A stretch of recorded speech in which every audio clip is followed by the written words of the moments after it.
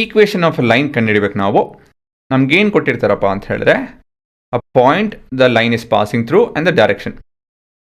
Point ಅಂತ ಹೇಳಿದ್ರೆ ಇದ್ರ ಕೋಆರ್ಡಿನೇಟ್ಸ್ ಕೊಟ್ಟಿರ್ತಾರೆ. ಪಾಯಿಂಟ್ ಎಕ್ಸಾಂಪಲ್ಲು, ಇದು ನಮ್ಮ ರಿಕ್ವೈರ್ಡ್ ಲೈನು. ಅದು ಬಿಡ್ತು ಅಂತ ಹೇಳಿದ್ರೆ ಡೈರೆಕ್ಷನ್ ಅಂತ ಹೇಳಿದ್ರೆ ನಮ್ಮ ಯೂನಿಟ್ ವೆಕ್ಟರೋ ಮತ್ತು ಇನ್ನೊಂದು ವೆಕ್ಟರೋ ಏನೋ ಒಂದು ಕೊಟ್ಟಿರ್ತಾರೆ, ಸರಿನಾ? ಸೊ ಇವೆರಡು ಇನ್ಫಾರ್ಮೇಷನ್ ಕೊಟ್ಟಿರ್ತಾರೆ. We need to figure out the equation of a line.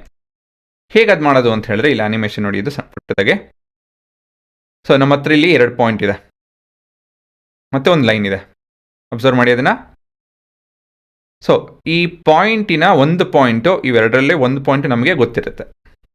May be 3, -4, -5/6 ಈ ರೀತಿಯಲ್ಲಿ ಒಂದು ಇನ್ಫಾರ್ಮೇಷನ್ ಇದೆ. ಪಾಯಿಂಟಿನ ಕೋಆರ್ಡಿನೇಟ್ಸ್ ಗೊತ್ತಿದೆ. ಮತ್ತೊಂದು point represents all the points on the line, ಸರಿನಾ? ಮತ್ತೊಂದು point represents all the points on the line. ಅದು ಈ ರೀತಿಯಲ್ಲಿ ನಮಗೆ ಈಕ್ವೇಷನ್ ಸಿಗೋದು ಅಲ್ವಾ? ಹಾಂ, ಇವಾಗ ಆ ಬಿಳಿ ಲೈನ್ ಏನಪ್ಪ ಅಂತ ಹೇಳಿದ್ರೆ, it's a line which is parallel to the required line. So ನಾವು ಈ ಈಕ್ವೇಷನ್ ಆಫ್ ದ ಲೈನ್ ಇಲ್ಲ ಅಂತ ಹೇಳಿದ್ರೆ, ಲೆಟ್ಸ್ ರೆಪ್ಲಿಕೇಟ್ ದಿಸ್ ಲೈನ್. ಈ ಲೈನ್ ಹೇಗೆ ಮಾಡ್ಬೋದು ನಾವು? ಈ ಲೈನ್ ಹೇಗೆ ಡ್ರಾ ಮಾಡ್ಬೋದು? ಸಿಂಪಲ್ಲು. ಇವಾಗ ಆ ಕೊಟ್ಟಿರೋ ನಮ್ಮ ವೆಕ್ಟರು ರೆಪ್ಲಿಕೇಟ್ ಮಾಡಿಕೊಂಡು, ಕಾಪಿ ಮಾಡಿಕೊಂಡು, ಇವೆರಡು ಪಾಯಿಂಟ್ನ ಮಧ್ಯ ಇಟ್ಟು ನಾವು ಅದನ್ನು ಸ್ಕೇಲ್ ಮಾಡ್ಬೋದು. ಸ್ಕೇಲ್ ಅಂತ ಹೇಳಿದ್ರೆ ಏನು? Increase the length or decrease the length. ಇಲ್ಲಿ ನಾವು ಇನ್ಕ್ರೀಸ್ ದ ಲೆಂತ್ ಮಾಡ್ಕೊಬೇಕು. ಸೊ ಈ ರೀತಿಯಲ್ಲಿ ಮಾಡ್ತು ಅಂತ ಹೇಳಿದ್ರೆ ನಮಗೆ will get the equation of the line. ಒಂದು ರೀತಿಯಲ್ಲಿ ವಿಲ್ ಗೆಟ್ ದ ರಿಕ್ವೈರ್ಡ್ ಲೈನಿನ ಲೆಂತು ಮತ್ತು ಡೈರೆಕ್ಷನ್ ಅದೆಲ್ಲ ಬರುತ್ತೆ. ಮತ್ತೊಂದು ರೀತಿಯಲ್ಲಿ ಹೇಗೆ ಮಾಡ್ಬೋದು ಅಂತ ಹೇಳಿದ್ರೆ, ನಿಮ್ಮ ಕ್ಲೂ ಕೊಡ್ತೀನಿ ನೋಡಿ. ಇವಾಗ ಏನು ನೋಡಿದ್ರಿ? ಏನು ಕಾನ್ಸೆಪ್ಟ್ ಇದು? ಏನು ಕಾಣ್ತಾ ಇದೆ ಇದು? ವಿ ಲುಕಿಂಗ್ ಎಟ್ ಯಾವ structure? Triangle. So will be using, ಹೌದು, triangle of vector addition. So ಮತ್ತೊಂದು ಸತಿ ಹೇಳ್ತೀನಿ ನೋಡಿ. ನಮ್ಗೆ ವೆಕ್ಟರ್ ಎ ಪೊಸಿಷನ್ ಕರೆಕ್ಟಾಗಿ ಗೊತ್ತಿದೆ. ಮತ್ತೊಂದು vector point P representing all the points on the line. So these are position vectors. ನಮ್ಗೆ ಇವಾಗ ಎ ಪಿ ಕಂಡುಹಿಡಿಬೇಕು. ಎರಡು ರೀತಿಯಲ್ಲಿ ಮಾಡ್ಬೋದು. A P we can use vector A and vector R. ಇಲ್ಲ ಅಂತ ಹೇಳಿದ್ರೆ I can scale B and get A P ಅಲ್ವಾ? ಈ ಆ್ಯನಿಮೇಷನ್ ನೋಡಿದ್ರಿ, ನಾವು ಸ್ಕೇಲ್ ಮಾಡಿದ್ರಿ, ಇದನ್ನ ಕಾಪಿ ಮಾಡಿಕೊಂಡು ಅದಾದಮೇಲೆ ಸ್ಕೇಲ್ ಮಾಡಿದ್ರಿ ಅಲ್ವಾ? ಈ ರೀತಿಯಲ್ಲಿ this is known A scaling, ಸರಿನಾ?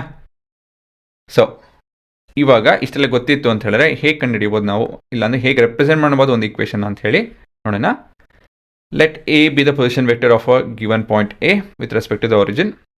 Let line L pass through the point A and is parallel to the vector B. Let R be the position vector that is representing all the other points.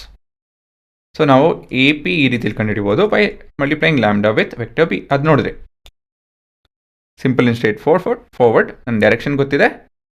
ಆ ಲೈನ್ನ ನಾವು ಪುಟ್ಟದು ಇಲ್ಲಿ ದೊಡ್ಡದು ಮಾಡ್ತೀವಿ ಅಂತ ಹೇಳಿದ್ರೆ will get the required line. ಮತ್ತು A P we can find with the help of triangle of vector addition ಅಲ್ವಾ? ಸರಿ ಇದೆಯಾ ಇದು? This is our triangle of vector addition. ಹಾಂ, ಸರಿ ಇದೆಯಾ ಇದು? ಹೌದಾ ಇಲ್ವಾ? ಏನೋ ತಪ್ಪಿದೆ. ಏನು ತಪ್ಪಿದೆ? ಹೌದು, this has to be negative. Positive ಅಲ್ಲ, ಅದು ನೆಗೆಟಿವ್ ಅದು. So basically this is R minus A ಅಲ್ವಾ? ಟ್ರಯಾಂಗಲ್ ಆಫ್ ವೆಕ್ಟರ್ ಅಡಿಷನ್ ಕರೆಕ್ಟಾಗಿ ಕಲ್ತ್ಕೊಳ್ಳಿ.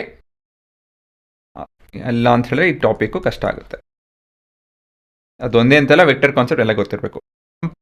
1 and 2 ಏನು ಹೇಳ್ಬೋದು ನಮಗೆ? ನಮಗೆ ವೆಕ್ಟರ್ ಆರಿನ ಜನರಲ್ ಎಕ್ಸ್ಪ್ರೆಷನ್ ಬೇಕು. So from 1 and 2 R minus A is equal to lambda times of p. So r is equal to a plus lambda b. So basically this represents all the points on the line. ಅಷ್ಟೇ, ಇನ್ನೇನಿಲ್ಲ, ಸರಿನಾ? This is nothing but your equation of the line. ಯಾಕಂತ ಹೇಳಿದ್ರೆ ಒಂದು line infinite number of ಪಾಯಿಂಟ್ಸ್ನ represent ಅಲ್ಲ, line is made up of infinite number of points. ಅವೆಲ್ಲ ಪಾಯಿಂಟ್ಸಿನ ಜನರಲ್ ಎಕ್ಸ್ಪ್ರೆಷನ್ನು ನಮ್ಗೆ ಸಿಕ್ಕಿದೆ ಅಂತ ಹೇಳಿದ್ರೆ we are representing a equation of a line. ಅಲ್ವಾ? ಹಾಂ, ಪಾಸ್ ಮಾಡ್ಕೊಂಡು ಬರ್ಕೊಳ್ರಿ.